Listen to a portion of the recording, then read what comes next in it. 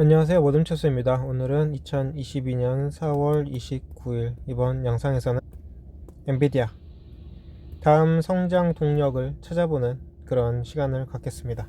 자, 어제는 얼마 올랐냐면 6.34% 상승을 했고, 지금 프리장에서는 또 1.48% 하락 중인데, 이 통으로 보면은 현재 하락 추세니까 이 하락 추세를 상승으로 만들 수 있는 그런 새로운 성장 동력이 무엇인가, 이에 대해서 나스닥 사이트에서 메타버스가 엔비디아의 다음의 큰 성장 촉매제가 될 것인가 라는 기사를 번역을 해보겠습니다. 지금 최근에 이 모둠채소 채널에서는 엔비디아에 대해서 긍정론과 부정론을 계속해서 알아보고 있는 거죠. 그래서 성장이 끝났다, 아니면 지금 사야 한다, 영리한 투자자들은 지금 산다, 엔비디아에 큰 문제가 있다. 무슨 문제가 있냐면 주변 회사들이, 동료 회사들, 파트너 회사들이 매출이 저조하다. 그러니까 엔비디아도 저조하다. 다른 한편으로는 지금까지 성장을 했으니까 지금 악재를 딛고 앞으로 또 잘 나갈 것이다. 상장 후에도 어려운 악재가 있었지만 그걸 다 이겨내고 지금도 잘 나가고 있다. 또 ASML하고도 비교를 해서 어떤 것이 더 좋은지에 대해서도 알아봤고요. 그러면서 엔비디아의 악재까지도 알아봤습니다. 자, 거두절미하고 이번 영상에서는 메타버스에 대해서 알아볼 건데요. 아직은 우리 피부에 닿지 않는 메타버스인데, 이 나스닥에서는 어떻게 생각을 하고 있는지 알아보겠습니다. 자, 본문입니다. 거대 기술주 엔비디아는 나스닥 레파토리에서 오랜 시간 사랑을 받아왔습니다. 지난 5년간 600% 상승했고 시총은 4,500달러가 되고 GPU는 확실히 산업에서 인정을 받고 있습니다. 개인에게 맞춤화된 정보가 제공되고 이로 인해서 메타버스, 가상화폐, 블록체인에 활용되는 웹 3.0 시대가 성큼 다가왔는데 엔비디아 주가는 왜 2022년 시작부터 이렇게 어려울까요? 2021년 11월에 최고치인 330달러를 찍고 인플레이션이 특히 기술주에 영향을 주면서 하락세를 견뎌야 됐습니다. 오늘날 지난 10년간 가장 강했던 기술주 중 하나인 엔비디아는 최고점 대비 43% 이상 하락하였습니다. 최근 엔비디아는 데이터센터, 게이밍 회사, 자동차, AI, 가상화폐로부터 수많은 유망한 산업에 포함되어 있습니다.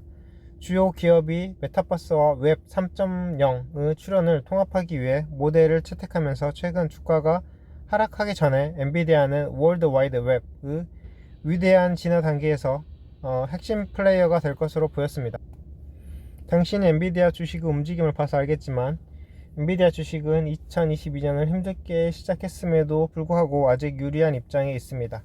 중요한 것은 엔비디아의 시총이 이렇게 사라질 것이라고 예상하지 못했다는 것을 아는 것입니다. 더욱이 베어드 주식 전문가 트리스탄 게라는 단기간 악재가 기다리고 있을 거라고 믿고 있습니다.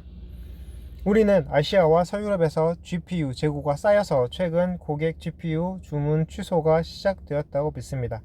중국에서 PC 수요 둔화, 중국 코로나 관련 셧다운의 단기간의 요인으로 인한 물류 문제와 러시아의 금수 조치로 인한 침체가 뚜렷이 나타납니다. 라고 야후 파이낸스에서 게라는 말했습니다.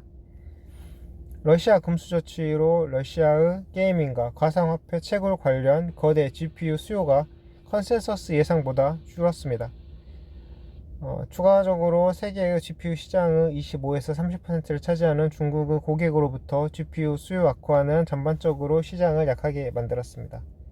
큰 그림을 보다 시장의 압력이 커지면서 엔비디아 주가는 수년간의 포물선 성장 이후 하락세로 돌아섰지만 엔비디아의 미래는 박다는 데는 의심할 여지가 없습니다.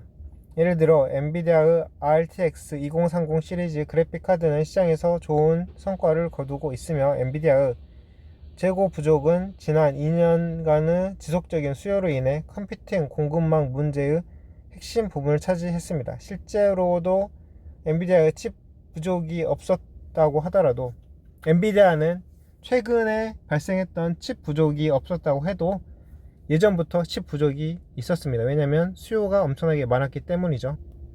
엔비디아는 2022년 올해 가을에 RTX 40 시리즈 GPU를 발표할 예정이며 이는 사용자들 사이에서 하드웨어 업그레이드를 위한 새로운 드라이브 발판을 마련할 예정입니다. 이는 엔비디아 서비스 제품군으로 메타버스 시대에 대비할 수 있도록 설계되었으며 이는 엔비디아가 월가에서 미래에 번영하는 것을 보장해 줄 것입니다. 그래픽 기술 컨퍼런스 2022에서는 AI 슈퍼컴퓨터용 허펄 칩 데이터 센터용 그레이스 GPU, 새로운 드라이브, 하이페리온 9 구동 플랫폼, 그리고 엔비디아 옴니버스의 메타버스 시장 진출 확대와 같은 일련의 제품들이 발표되었습니다. 메타버스 개발에 있어 엔비디아 영향력 있는 역할은 대단합니다. 프리덤 파이낸스 유럽의 투자 자문 책임자인 맥심 만투로브는 엔비디아를 쫓아야 할 주식으로 강조하면서 이게 쫓아야 한다는 게 이 엔비디아를 추구해야 된다는 거죠. 아무튼 그러면서 10년 동안 메타버스의 성장이 대단할 것으로 주장했습니다. 메타버스는 지구상의 거의 모든 산업에 영향을 미칩니다. 당신이 무슨 일을 하던 간에 미래의 당신이 일하는 곳에서 이 기술을 찾을 것입니다. 회사들은 가상 이벤트 3D 모델로 인벤토리를 복사하는 것, 스냅챗, 인스타그램, 페이스북, 틱톡에서 AR 렌즈로 광고를 하는 것으로 공간 기술을 활용할 많은 방법이 있습니다. 라고 만투로브는 설명하였습니다. 메타매트릭 솔루션 분석가에 따르면 메타버스에서는 부동산 판매가 2021년 5억 달러에서 2021년에는 2배로 상승할 것이라고 예측합니다. 만투로브는 이머전 리서치 분석가들은 메타버스 시장이 2028년까지 8,290억 달러까지 성장할 것으로 예측하고 블룸버그 인텔리전스 분석가들은 2024년까지 8천억 달러에 이를 것으로 예측하고 있습니다. 모건 스탠리는 중국의 메타버스 시장이 향후 몇 년 동안 약 8조 달러 가치가 있을 것으로 추정합니다. 이러한 천문학적인 수치는 엔비디아가 향후 몇 년 동안 도달할 수 있는 시장 규모를 설명하는 데 도움이 됩니다. 비록 엔비디아가 단기 전망은 대규모 기술주 매도세, 치솟는 인플레이션, 반도체 부족과 러시아발 지정학적 긴장으로 암울하지만 엔비디아의 미래를 긍정적으로 보는 수많은 투자자들이 많습니다. 주가가 더 많이 하락할 가능성이 있지만 2022년을 넘어 부상하는 메타버스, 그러니까 이 메타버스는 엔비디아 제품으로 만들어진 풍경이 묘사된 이 메타버스가 앞으로 떠오르는 것을 생각해 보십시오. 미래 메타버스 실현을 위해 GPU 공급으로 엔비디아가 성장한다면 오늘날의 주가는 극히 싼 것으로 보일 것입니다. 자, 여기까지 기사가 끝났는데요. 한마디로 이 기사는 엔비디아 긍정, 앞으로 메타버스로 더 오를 수 있을 것이다 라는 이야기인데요. 저는 일단 메타버스를 어떻게 생각을 했었냐면 코로나로 인해서 해외에 갈 수 없잖아요.